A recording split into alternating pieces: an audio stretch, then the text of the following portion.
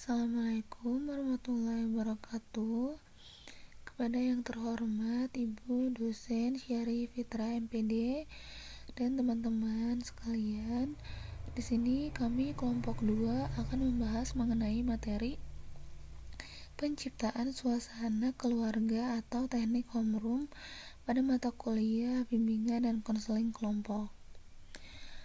Adapun anggota dari kelompok kami yaitu saya sendiri, Regina Vitaloka Trisakti, dan Teh Resi Siti Nurani. Di sini ada beberapa submateri yang akan dibahas, yaitu mengenai definisi teknik homeroom, lalu manfaat teknik homeroom, lalu ciri-ciri dan tujuan dari teknik homeroom, dan tahapan dari teknik homeroom itu sendiri.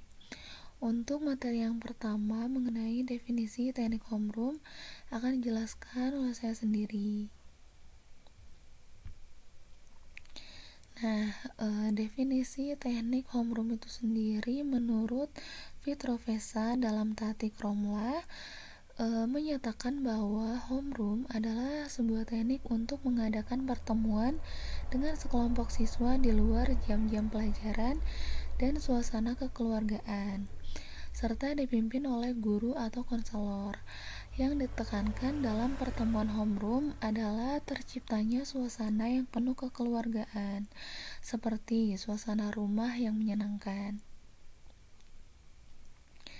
Nah, sedangkan menurut Nur Salim, homeroom adalah suatu kegiatan bimbingan kelompok yang dilakukan dalam ruang atau kelas dalam bentuk pertemuan antara konselor dan guru dengan kelompok untuk membicarakan beberapa hal yang dianggap perlu, terutama dalam hal-hal atau masalah yang berhubungan dengan pelajaran, kegiatan sosial, tata tertib, serta moral dan cara berpakaian, ataupun masalah-masalah di luar sekolah.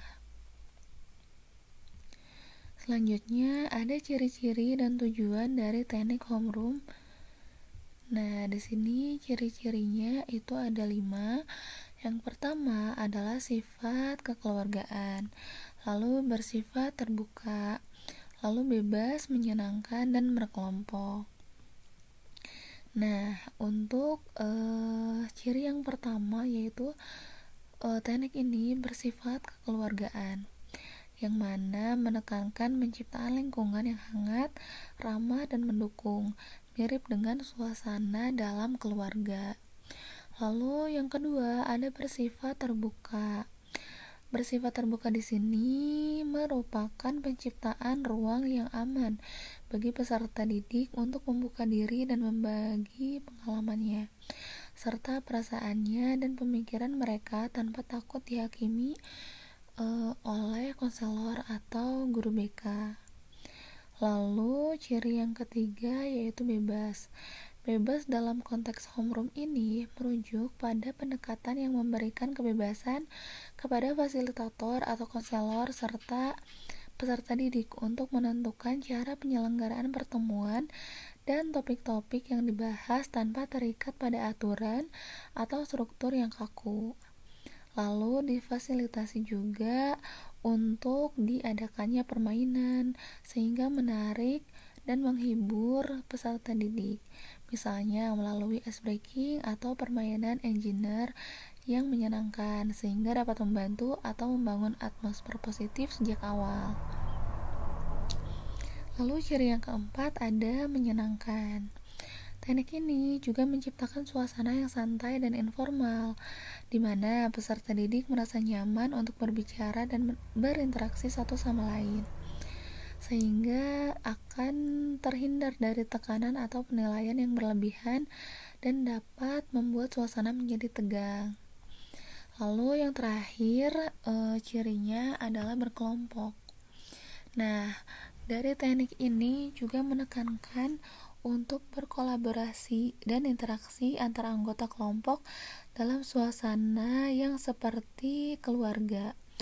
Serta fokus utama dari teknik homeroom ini bersifat berkelompok adalah membangun hubungan yang kuat antara anggota kelompok. Nah, ini melibatkan pengembangan rasa solidaritas, dukungan, dan saling percaya di antara peserta didik.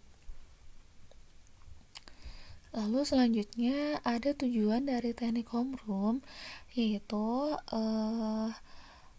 untuk menjadikan peserta didik lebih akrab dengan lingkungan. Lalu untuk memahami diri sendiri, mampu menerima kekurangan dan kelebihan diri sendiri dan memahami orang lain dengan lebih baik. Lalu siswa merasa nyaman dengan dirinya sendiri. Lalu selanjutnya untuk berpartisipasi dalam kegiatan kelompok dan untuk mengembangkan sikap positif. Lalu untuk menjaga hubungan sehat dengan orang lain dan untuk mengembangkan minat, serta peserta didik dibuat untuk sadar akan kepentingan dirinya sendiri. Nah, mungkin itu saja yang dapat saya sampaikan. Selanjutnya saya serahkan kepada pemateri yang kedua, yaitu Teresi Nurani. Kepadanya dipersilakan. Baik, terima kasih Teh Regina. Manfaat teknik homeroom. Manfaat teknik homeroom menurut Peter Rovesa dalam Tatik Romlah yaitu: yang pertama, kontinuitas dan kemajuan kegiatan. Pada bimbingan dapat direncanakan dengan lebih baik karena siswa mengikuti homeroom yang dipimpin oleh guru atau konselor tertentu selama 1 tahun atau lebih. Yang kedua, membina kepercayaan dan kohesivitas kelompok. Dapat membina kepercayaan dan kohesivitas kelompok. Waktu yang lama dalam mengikuti kegiatan homeroom memungkinkan untuk membina kepercayaan dan kohesivitas kelompok yang merupakan elemen-elemen penting untuk bimbingan kelompok yang efektif. Yang ketiga, kegiatan bimbingan kelompok. Kegiatan bimbingan kelompok yang dapat diprogramkan sesuai dengan tingkat perkembangan siswa. Apabila kegiatan homeroom tersebut diorganisasikan sesuai dengan tingkat kelas kelompok dengan tingkat perkembangan siswa. Yang keempat, struktur kegiatan homeroom. Pada struktur kegiatan homeroom, apabila dilaksanakan di seluruh sekolah, maka program kegiatan bimbingan yang terkoordinasi dapat dilaksanakan. Pada manfaat teknik homeroom dapat disimpulkan bahwa dengan dilaksanakan homeroom pada siswa, maka kegiatan bimbingan dapat direncanakan lebih baik. Dan juga layanan bimbingan kelompok dapat diprogramkan sesuai dengan tingkat perkembangan siswa, yang akan lebih baik lagi apabila kegiatan homeroom dilaksanakan secara rutin. Tahapan-tahapan pelaksanaan teknik homeroom. Secara umum, pelaksanaan bimbingan kelompok dengan menggunakan teknik homeroom hampir sama dengan pelaksanaan bimbingan kelompok pada umumnya. Yang membedakan hanya suasana kekeluargaan yang diciptakan. Yang pertama, tahap pembentukan.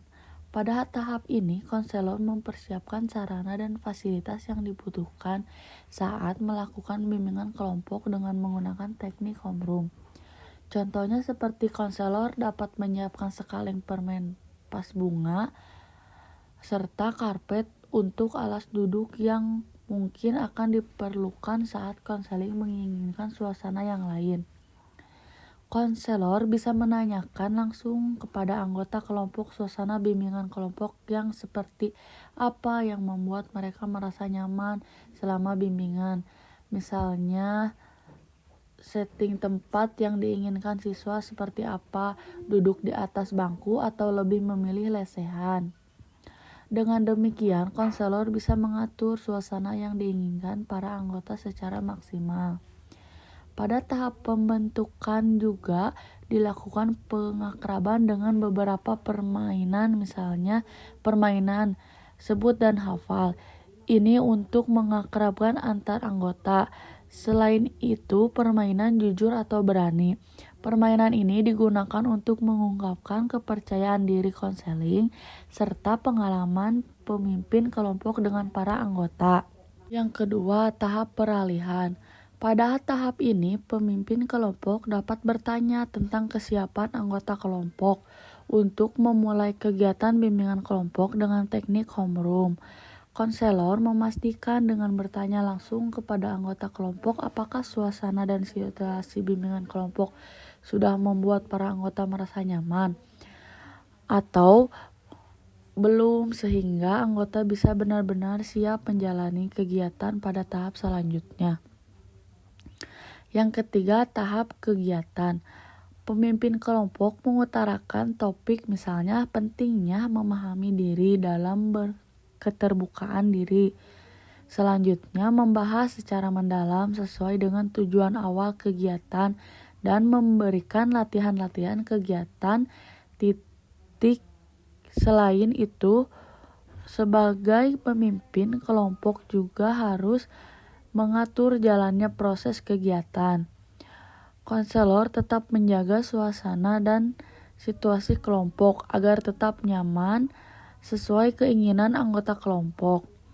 Suasana bimbingan dibuat senyaman mungkin, senyaman di rumah dengan penuh kehangatan dan kekeluargaan. Dalam hal ini, konselor menawarkan kepada anggota kelompok apakah anggota memilih suasana lesehan atau ada opsi lain yang membuat anggota lebih nyaman, dengan cara duduk di atas kursi dengan satu meja dan mengelilingi meja tersebut yang tetap santai tanpa ada perdebatan. Yang keempat, tahap pengakhiran. Pada tahap ini, anggota kelompok dan pemimpin kelompok menyimpulkan dari hasil bimbingan kelompok, serta mengungkapkan dan menanyakan kesan-kesan setelah mengikuti kegiatan bimbingan kelompok. Baik, cukup sekian pemaparan dari saya. Saya kembalikan lagi kepada moderator. Silakan Teh Regina. Baik, terima kasih kepada Teh Resi Nurani yang telah memaparkan materi mengenai manfaat dari teknik homeroom serta tahapan dari pelaksanaan teknik homeroom. Kepada teman-teman yang ingin bertanya ataupun menanggapi dari presentasi kami persilahkan di kolom komentar. Terima kasih. Wassalamualaikum warahmatullahi wabarakatuh.